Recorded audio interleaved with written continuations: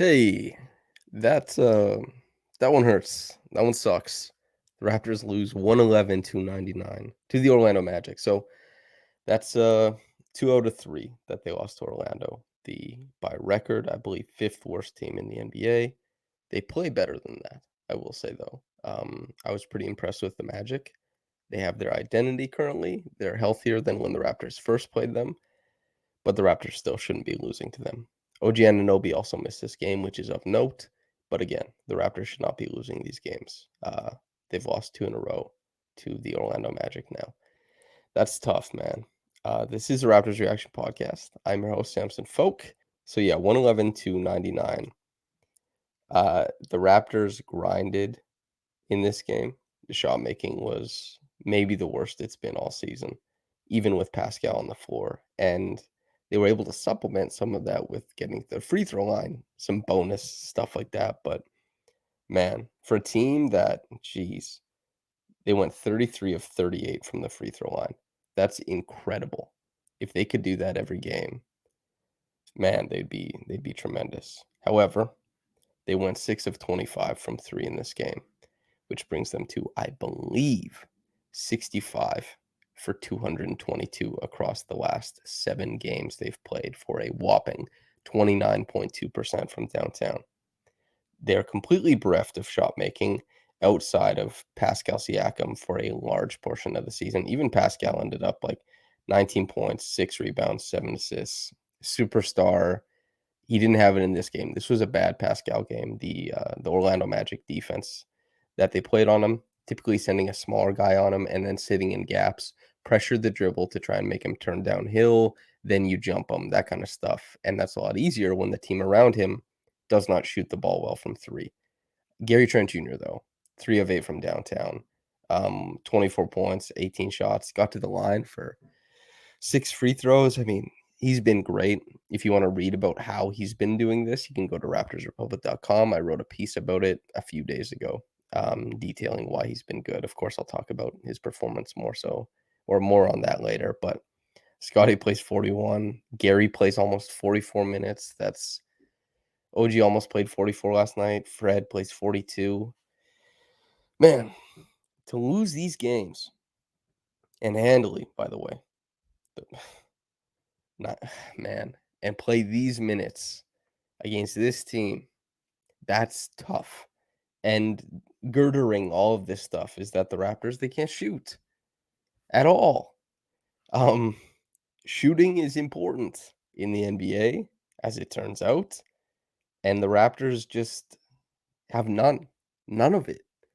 How do you survive this league when teams will continue to create more and more hostile defensive environments and defensive schemes for you based on your inability to shoot if you can't counterpunch by at least making the open ones that come your way? And that's the biggest problem, is that the open ones don't go in.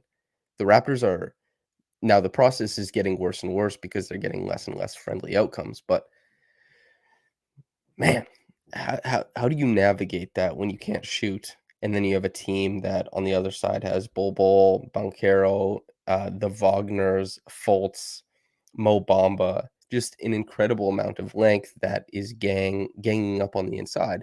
How do you navigate that without being able to shoot over the top? The answer in this one, after 99 points, with a third of them coming at the free throw line. Truly, the Raptors got a tremendous whistle in this game, and they just couldn't score, and they couldn't shoot over top. That's a problem. God, is that ever a problem, dude? I thought that Scotty started well, let's talk about Scotty. I thought that Scotty started out the game pretty well. Didn't pick up his dribble when he was attacking in the paint, tried to make stuff happen, but most of his points came towards the end of the game, and between the second and third quarters, he didn't make a shot. And he was what was originally pretty pretty good defense to start the game out relative to expectations for Scotty turned into a layup line on him. Missed rotations to rotations that he took that he shouldn't have, where everybody keeps looking around with their arms up and saying, like, why is this happening? And the answer a lot of the time is that the Raptors aren't playing connected on defense. on those breakdowns. Overall, the defense in this game was, I mean, I think you got to say it was fine. The Raptors, they played heavier in the gaps in this game. They were more aggressive when they were rotating. It wasn't that milquetoast stuff from last game. But what did happen though is that they rotated hard. They lost some of their connectivity on the second and third rotation sometimes, and the Magic just kept passing the ball around. And while yes, there were some turnovers. I mean, Fred himself, he had 4 steals. I think he had 4 steals in the first half. But the Raptors eventually, the Magic adjusted to that, got better at choosing their passes and not getting rushed into stuff, and kept the ball moving and doing their thing. 35 points in the third quarter, 29 in the first. Like that 18-point first quarter, those halcyon days, bro. The Raptors, yeah, 29 points second quarter for the Magic, 35 third quarter, 29 fourth quarter. This team, man, when you can't score the ball, there's going to be runouts. When there's runouts, you have cross matches that are unfriendly. When there's cross matches that are unfriendly, you lose something at the point of attack. When you lose something at the point of attack, you play more catch up than usual. When you're always playing catch up, you have to be connected well. And when you're not connected well, you give up wide open shots. And the Raptors gave up wide open shots to the Magic. And that's why the Magic shot 45% from three and outscored the Raptors by 24 points from behind the line. That's why this stuff happens. Oh, my days. So, if the Raptors shooters can in fact shoot, i.e., OG, Fred VanVleet, guys like that, if they can shoot, we get to see how a lot of the rest of the gameplay plays off of that. The other team has to take the ball out of their own basket more often. Raptors get more set defenses on the defensive end. They were the 7th ranked defense coming into this, despite having bad performances and stuff like that. And especially against the Magic just recently. There's a lot going on in the league, and a lot of teams are in the same strange middle ground that the Raptors are. But the Raptors have Pascal Siakam playing the way that he typically plays, and they can't get over that hump. And granted, a lot of teams are not over that hump, but the Raptors should be. The team should be extremely disappointed with these performances, these outcomes. And the fan base should be as well. Now, there's tools on this team to come out of this. There's talent on this team to come out of this. There has to be a bit more dedication to the defensive end of the floor, and stuff has to work itself out offensively. But man, 2 in a row to the Magic is tough. And credit to the Magic because they made a really good adjustment with the Raptors blitzing Franz Wagner. They stopped playing Mo Wagner as much. They brought out Mo Bamba, who, when the Raptors blitz and Franz makes the pop pass over top, Mo was a guy, I think he went, what? Yeah, like 2 of 2 from downtown, 6 of 6 from the field. When he got to the rim, it was effective. Some finishes through contact. And they generally had a very nice response to what the Raptors were doing defensively. And the Raptors, on the other side of things, kind of one note. Things unraveled after a very strong start on that end. And it was like, okay, the Raptors are doing what they typically do, which is, play good defense to keep themselves in it during their droughts. And then once the droughts finish up for the game, they can kind of take off on these teams. That was the recipe for a lot of wins last season. In this game, though, the drought never ended. Even when they scored, what was it, 36 points in the third quarter? I believe 17 of them came from the free throw line. Uh, they weren't running away with it because the defense still wasn't there at that point. It's just tough, man. This is bad basketball. Like, this is an entertainment conglomerate. They are meant to entertain. Not any one player specifically. That would be incredibly cynical, but the teams are supposed to play an entertaining style of basketball, and we did not get this in this one. I think it was the Orlando broadcast that were like, yeah, this certainly isn't a masterpiece tonight. And that's absolutely correct. It was not anything of the sort. But man, yeah, like Cole Anthony getting downhill way too often. Cole Anthony had a great start to this season. I believe it was last year, hitting a lot of pull-up threes. And when he's playing really well, that's typically what's going for him against most teams in the NBA. He's reliant on that. Against the Raptors, though, this is just a guy getting downhill. And the Raptors being the team that allows that to him is not a good sign for the point of attack defense. In fact, I would hazard to go so far to say it's a bad sign. 14 points, 6 boards, 6 assists. That's just completely untenable for this team. You cannot allow that to Cole Anthony. Paolo, 20, 12, and 5. He's very impressive as a rookie. He's so physical. The jumper was there enough to bail out some possessions, but this is a guy, like, he works really hard to get downhill. He does his thing to make it work there. And, he found his way there. And same with Franz. Franz is shooting too against like the Raptors having 3 triples, a couple pull-up threes as well, some pull-up jumpers outside of that.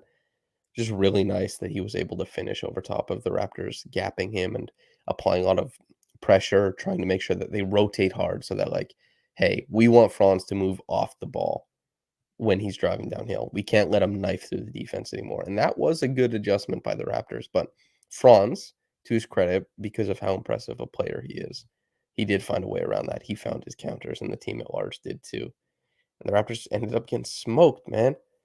Oh, oh boy. Okay. Fred, uh, the point of attack defense, still a problem. Not a problem in that he's one of the worst defenders in the league at it, or that he's even in the bottom 50%. Like, he's in the top half of guard defenders on ball. He's way higher off ball right now. Like, the digs, the rotations, that's where the steals come from. He's still very good at timing that all that stuff up. The hands are still very good. But he's lost something at the point of attack. Does it come back this season? Who knows? Whatever. Whatever. But he's lost something as far as keeping guys in front of him, and that's tough for the Raptors to deal with. And then on the other side, I think Fred did a fairly good job of, with his limitations, trying to create, getting downhill, getting to the free throw line. And you can't blame a guy for not shooting the ball well. You just have to say, like, you didn't shoot the ball well. We have to hope that it works out for you because you've been a tremendous shooter over your time in the NBA. But when we look at Fred, he has to shoot better. It's what unlocks a lot of his game. It's what unlocks quite a few of the Raptors' pet plays. It's very important. And even though 20 points, 4 rebounds, 7 assists, 4 steals is like a very tidy stat line, and Fred getting to the line for 12 attempts is a super big deal typically, you can still see his game isn't fully there. And that's tough. And then lastly, Gary Trent Jr., who was awesome. We're talking about manipulation on ball, like these great decisions made after closeouts to get to, 8 or 7 feet for push shots instead of, him typically taking a lot of those 17 feet and out jumpers. Last year, we saw a stampede cut. A stampede cut, for those who don't know, is like when you start your drive before the pass comes, like you're running into the ball in motion. And it's a great way to catch a defense off kilter because they haven't made that rotation yet. Basically, you're just getting a head start. Dwayne Wade was really great at these. It's a really great way for guys without a jumper to find gaps. And for a guy like Gary, who teams really respect his jumper, you can find yourself in a lot of space if you prepare cuts like that. And he continues to do so. Some on ball chops as well. Just really impressive. The shooting has been there, and it's now coupled with the better decision making as a mover and a driver. Oh man, but yeah, this team. Chris Boucher gave him hell as well. Kem Birch had a good early stretch. Overall, I think you have to be happy with this Kem Birch game as well. But the Raptors, man, yeah, Koloko didn't look good tonight either. This is a tough matchup for him. And especially when the Raptors, they needed, like, a lot of the best stuff they did defensively in this game was because of rotation and being active. And Koloko isn't necessarily that guy. He helps out in other ways when he's playing good defensively, and the Raptors need him more offensively, which I'm sure Koloko would tell you himself that he needs to improve upon, and the Raptors know that, and he knows that, and everybody knows that. So it wasn't his game, but man, this team, they just got bodied 111-99. Reggie Evans Award, honestly, let me give it to Fred. He worked really hard in this game, it's still such an imperfect representation of what he needs to do on the floor. And he's still failing at a lot of things that he should not be failing at. But he gave him hell. So, top quick reaction comment. Let's get to it. From Boxandone, quote: Nurse coached this one like crap. Opportunity to give Flynn, Doughton, deeper bench guys some run, but he refuses to play them. Let some young and hungry guys get some run, but no. Saw FEV on one possession dribble 16 seconds off the clock before sending a bailo pass to one of our bricklayers. The few times we tried to move the ball a bit, we made some open looks. FEV trying to Nash a bunch of possessions is killing us. He's not Steve Nash. It's remarkable how poor a shooting team this is as well. Losing twice to the worst team in the league is definitely hitting the bottom. So a quick note is that Jeff Doughton is with the 905, so he wasn't available in this game. Another note is that while I understand why people want Nurse to try more, and I think he should have in this game, Malachi Flynn also has to be better in his minutes to justify somebody like telling him to get up off the bench and check in. Um, but I think it's absolutely correct in this case. In a lot, I don't like just saying like, oh, Malachi needs to play because Malachi needs to play, but Nurse is playing these guys a lot of minutes in games they're not going to win. And he has said before that guys approach him and ask for more minutes to try and get back into the groove to get out of slumps. But I don't know. These aren't conversations I'm privy to. These aren't conversations anyone is privy to, really. And the Raptors are a team that currently looks like they're running their guys into the ground and has been the case for some time. How do you get around that? You play other guys' minutes. Granted, they have a lot of injuries. A lot of their depth has been sapped away. Even the guys who are healthy have been playing so much to make up for other guys who have now returned to the lineup being unhealthy. There was a sickness. There's been injuries. There's been everything. And the Raptors, even though they weathered the storm, I think pretty well, especially with Siakam out, just not being able to hit any threes has exacerbated everything, and they look like a bad team. I don't think they are a bad team, but they certainly look like one. Boxing one, thanks for writing in. Listener, thanks for listening in. If you watch this on YouTube, like the video, subscribe to the channel. Go over to raptorsrepublic.com, subscribe to the website if you're listening on the podcast channel. Just keep tuning in. Thanks for letting me talk to you after every game. And yeah, whether you got into this in the morning or at night, have a blessed day and goodbye.